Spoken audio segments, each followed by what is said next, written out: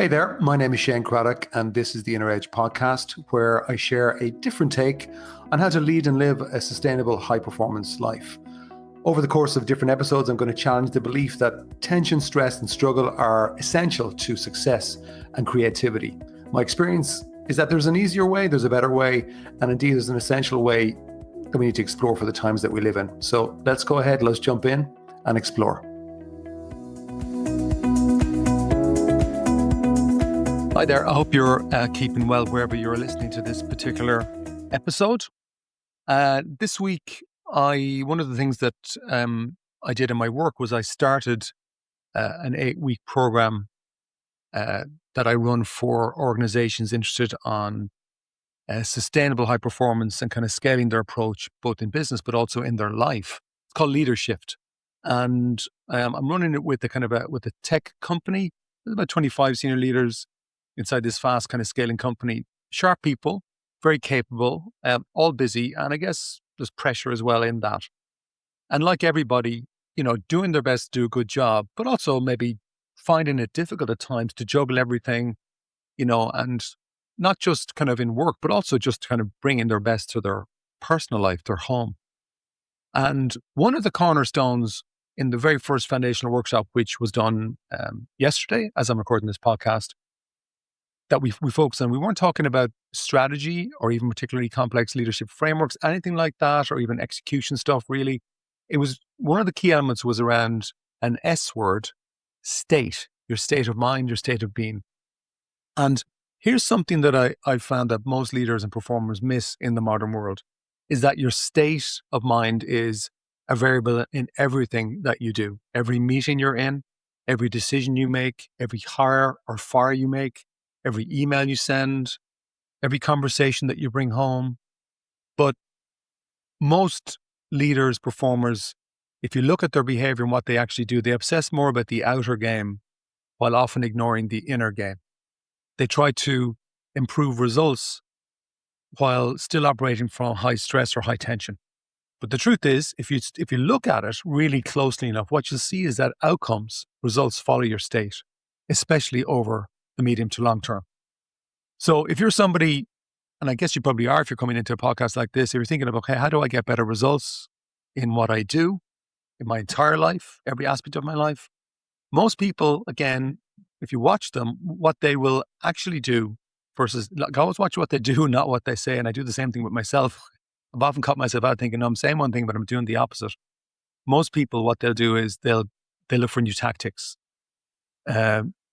something new that they can do, a new habit, new information, something new. But rarely do they ask, okay, hang on, what's my internal state that I'm operating from right now? Am I calm?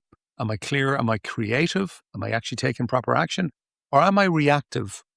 Am I rushed? Am I manic, defensive, without even realizing it?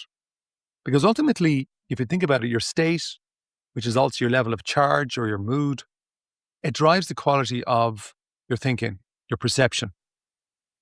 The quality of your perception is everything, because that drives then what you're thinking, how you're thinking, which drives your decisions, and your decisions compound then into results. And so even not making a decision is a decision in a funny way. Now, short term, I think you can override a low mood, a poor state of mind with effort, grind, anger, command and control. But in the medium to long term, you can't. Not in today's world. That is not a sustainable strategy for success. So if you repeatedly operate from urgency, you actually start to normalize urgency in your own system. And if you're a leader, you start to normalize that in your organization or your team. If you repeatedly operate from irritation as a leader or a parent or just an adult, you actually transmit irritation everywhere you go. But if you operate from clarity, you actually start to create coherence. And that's a very, very powerful word when it's seen in your life and it's seen in your team and organization. So here's the broader point. Your state doesn't just affect performance at work. It actually walks through your front door at home with you. As in, the mood that you bring home, the energy that you bring home shapes what happens in your home, your conversations, your patience, your tone, your presence. And so it shapes the quality of your personal life and the relationships in it. Now, most people, have more of an interest in today's world, which is great, about managing their body better. They might count steps, they have biometric trackers, they lift weights, they optimize their food, take supplements. But what are we doing to manage our state? What are you doing? Your body is your responsibility. That's pretty clear. But so too is your state of mind. It is actually probably more important. And the giveaway to how your state of mind really is, the simplest way to check it is just how you feel. No, it's nothing philosophical about this, just an honest, like, how do I really feel? Not what I'm trying to tell the world or the mask on my face. How do I really feel? Because your state, your mood, your charge, it tells you everything that you need to know about how well you're managing your mind, how well you're actually managing your thinking. Now, to help, we'll throw in a metaphor. If you think about a piano that's out of tune, you can play the piano harder, you can change the song you're playing or the music you're playing, you can actually even rehearse more. But if it's not tuned, it's still going to sound off. And in that way, your state is tuning. It's tuning your inner world, your mind, your most important instrument. And then how you perform is the song. How you express yourself from that tuning, that tuned state, is a better song. And most leaders, though, work on the song while ignoring the tuning. They don't even realize that they're out of tune. And so I think that's a helpful way to kind of consider, am I out of tune?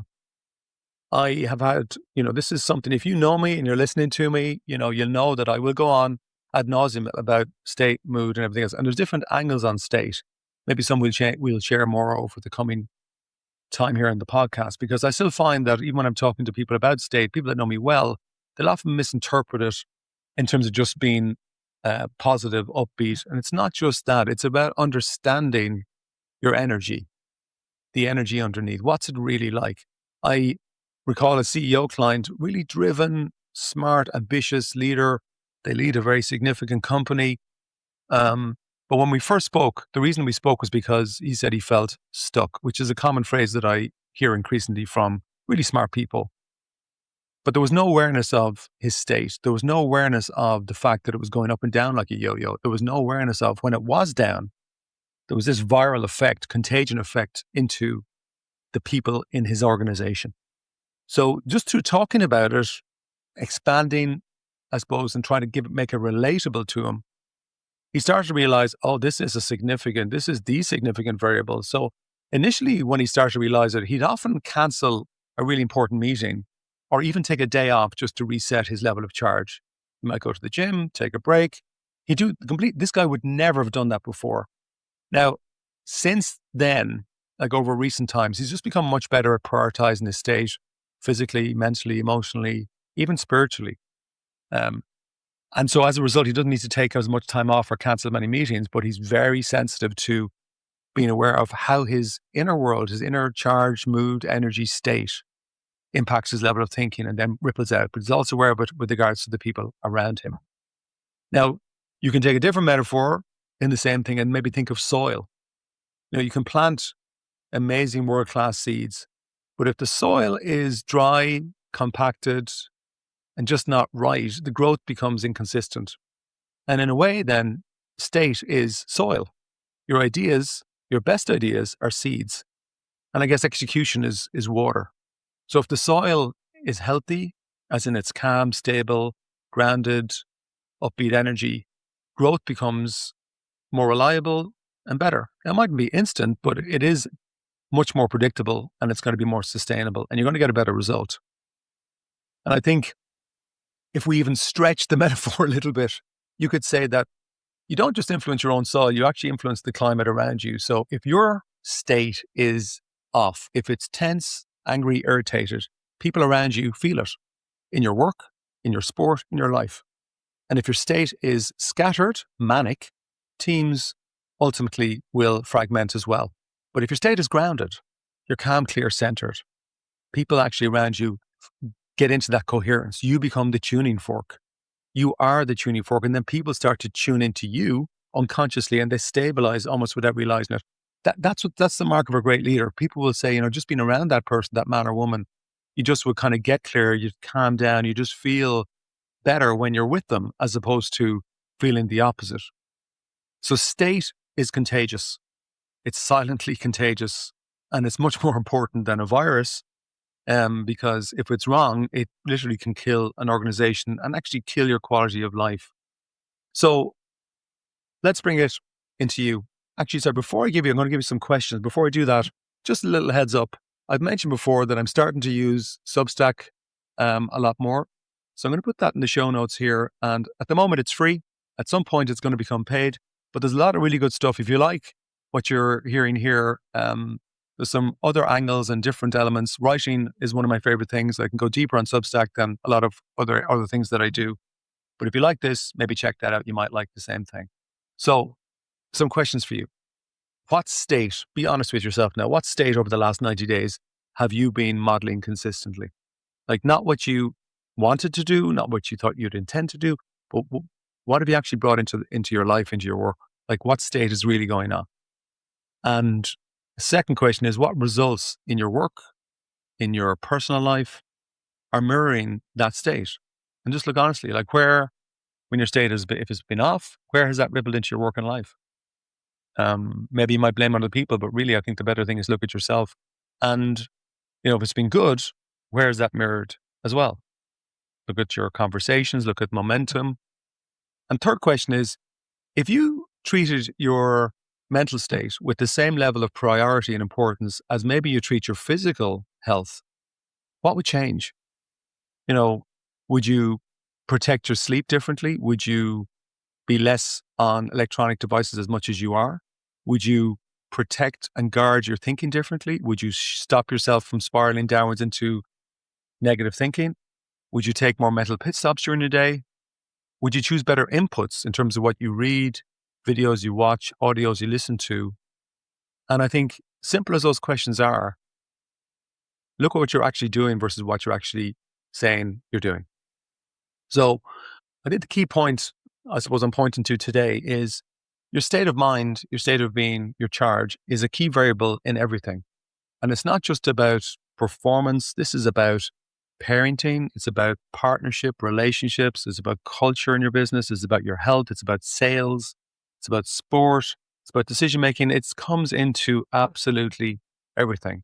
And as I said, like we are responsible for our body, but we're equally responsible for the quality of our state of mind. And how you feel is an indicator to how well you're managing that.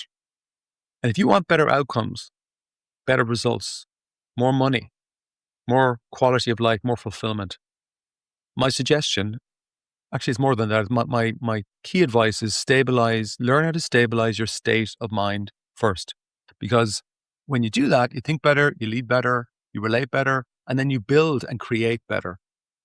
And in that way, then results aren't so much forced, they actually become an expression. So master your state, become a state champion, as I say in The Inner CEO, my book, and watch how much less you need to push when it comes to the outer game. Pushing less is a good thing. That's it. Ciao for now.